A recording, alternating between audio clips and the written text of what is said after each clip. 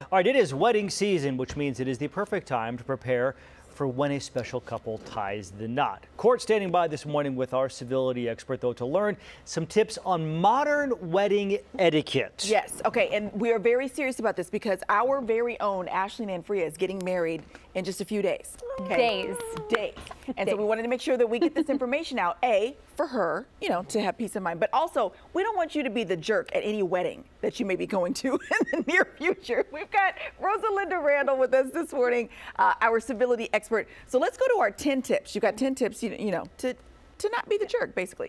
The first two I feel like have to do with the guest invitation, no children policy, and the +1 or no plus if you've been invited. The no children policy, some of these things depend on cultural, cultural backgrounds. They'll bring them anyway. They bring extra guests and you just have to accept it. Now, if you're on a tight budget and it's a venue won't allow it, then you need to be beyond specific. Okay. Or just don't invite some of those people. Yeah. And don't let them know. But no children policy, you need to be prepared. If you really put no children, who's going to enforce that? Because some people might say, my babysitter canceled at the last minute. You don't mind, do you? Yeah. Well, do you want them there or not? And maybe you can get someone who can say, I'm sorry, but you can't stay. Yeah. And you'll lose that relationship, and that's that. The +1 used to be somewhat, mandatory, so a person wouldn't be alone. Now, you don't have to do that, especially because of budget constraints, and you want people there that are meaningful in your life, not your girlfriend's new boyfriend, of the week. I don't know so you don't want that. True. The only time I would say consider it is if you have a guest that's out of town, single, and they don't really know anybody. That would be a nice gesture to have them bring a friend. Okay. Now, here's something that's really modern: the wedding announcement versus a wedding invitation. Yes, some people, and I received one a couple of years ago, the announcement, but there's no wedding invitation to follow. And it was prior to the wedding. So are you fishing for a gift and I'm not invited, but you still want me to send one? Yeah. So if you're going to send a wedding announcement, you don't plan on inviting these people, then do it afterwards and maybe put a nice photo of you and whoever you married or a family photo, and just as an announcement, and don't include my registry is here, because you're still fishing for a gift and they weren't invited or included. It feels off-putting. Sometimes these wedding invitations come with a job. Like, we need you to do this if you come to the wedding. Yes, and specifically, because that's my background, Mexican background, you have padrinos, which are like wedding godparents. Okay, you are in charge, the godfather of the flowers, you of the cake. That means they pay for those things. It's not really an honor. It's like, they pay for it. But I'm talking about, like, can you get there early and help us set up? Giving people chores to clean up, or can you watch the kids or watch Uncle Charlie? Ask them in advance if you really are going to need assistance, or just splurge another couple $100 and pay someone to do that. A professional to do it. Okay. Let's talk about the reception. Okay. Cocktails are flowing, but you've got coworkers, you might have bosses and supervisors. It's a mixed company atmosphere. What are we doing? It's similar to the holiday party. It is an extension of your work in a way. You're revealing yourself. If you do include the boss, and then I would take it as a little bit of a, extension of your work and sort of behave. You don't want to divulge what you're really like, on the weekends to your boss. Now, also, you don't have to include your boss unless you have a really good long-term relationship and you want to do that. A lot of people feel obligated, but then the boss feels obligated and everyone's obligated and they don't want to, And that includes coworkers. That can be super tricky, especially if you've worked there for a long time.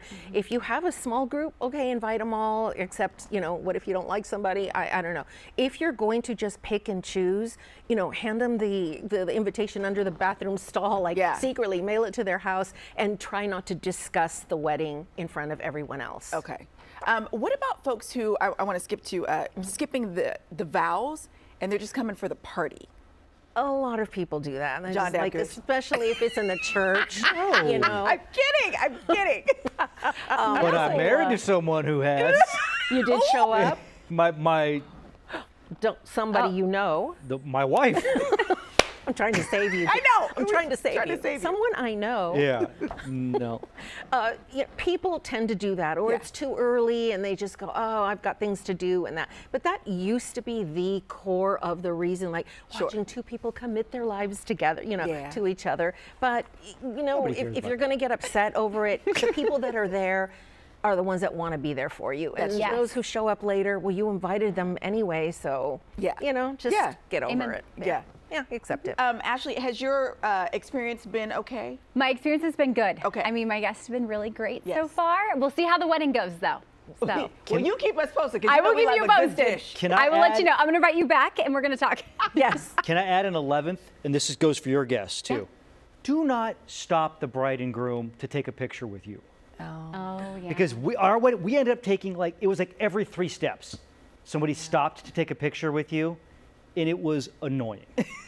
And many times now, I don't know how long ago that was, they use it to post on social media prior to that. That's and one of I your want to tell tips. guests, unless the bride and groom or whatever whoever is getting married specifically says, go ahead and post. Yeah. Do not post, especially during the ceremony with you in Yes. a selfie, like, oh, I'm at a wedding. It is not about you. You're there to add to their day, Yeah. not highlight yourself. Yeah. Their wedding is not your I content. don't even care about that. Can I just go 3 seconds without being interrupted? Please. She is the civility expert, Rosalinda Randall. Switching up the name there. The author of Don't Burp in the Boardroom. We're going to link all the details for her to our website, gooddaysacramento.com, under show info and today's date. My thought would be, if you feel like it might not be okay, probably shouldn't not. do it. Yeah, Probably not. and it Probably is not. okay to decline a wedding invitation if you're not going to go or behave or you like to get drunk. Do it somewhere else. Yeah. Or it is not also a time to resolve family issues This is not at that the moment. wedding. This is not Yes. that moment. Happy Show up. wedding, Ashley. Thank you. She's like, Yes. how do you feel? I know. Good. I feel good. Thank you, Rosalinda. It was a All right, pleasure. Jabs, back over to you. Show up, bring your gift, eat your free meal, have your free drinks, get out of there.